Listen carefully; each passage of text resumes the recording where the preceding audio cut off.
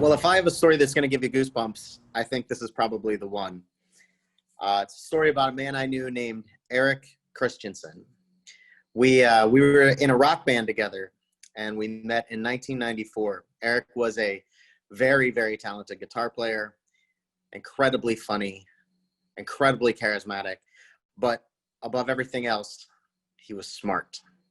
And I don't mean just smart like really intelligent. I mean like savant level smart. Like sometimes I am watching movies or television shows that have to do with con men, and I think of Eric, because when you needed to look left, he had you looking right every time. He could pull one over on anybody, and often tried to. In fact, his kind of claim to fame ended up becoming seeing what he could push it to, what he could really get you to believe he had done, only to find out he hadn't. Well, a few years after joining the band, Eric decided to leave and go back to school for computer science. And a few years after that, I decided to leave the band as well. The band broke up, and I started my career in the restaurant industry. Been years since I had seen Eric, but lo and behold, one day I was managing a cafe in Pittsburgh, Pennsylvania, and in he walked. I said to him, "You have to be kidding me. What are you doing here?" And he said, "Believe it or not, I run IT for a company right down the street." And so we spent a few minutes catching up. It was wonderful to see him. He was there with his girlfriend and her young son, and we exchanged phone numbers. We absolutely intended to get lunch, but at the time my kids were really young. He was obviously doing his thing, and lunch never happened.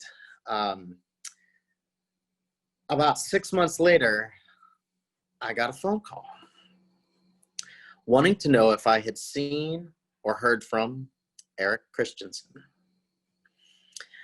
And I got goosebumps. You see, it was the FBI. And it turned out that Eric was a fugitive. He was wanted federally.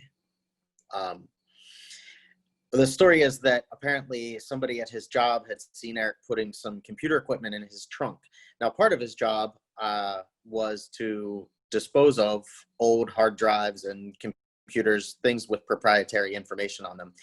Somebody just suspected he wasn't doing that, and they called the authorities. When they went to his apartment with a warrant, he wasn't home. But they went in. They had the right to go in, and they found thousands of dollars worth of computer equipment. But that's not why Eric was wanted. The computers, they were full of photographs.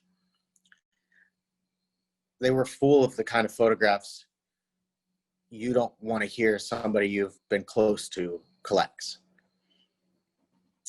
They were disturbing, and they would give you a lot of concern about his girlfriend and her young son. And so Eric disappeared. I think at that point, I decided that I didn't want him taking up any more space in my brain. So I pushed him way, way back there.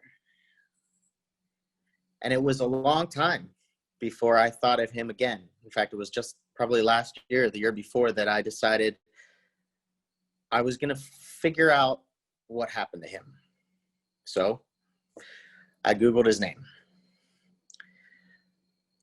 Turns out that a few years ago in Portland, Oregon, there was a man found under a bridge who had died from exposure to the elements.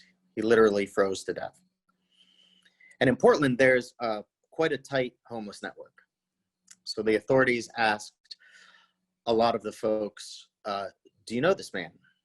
And several of them said, yeah, that's Chris. He's super generous. He will share anything he has, and he will totally go out of his way to build you a fire or lend you a jacket. They took his body to the morgue, and they put a name on his file, and the name was Christian Erickson.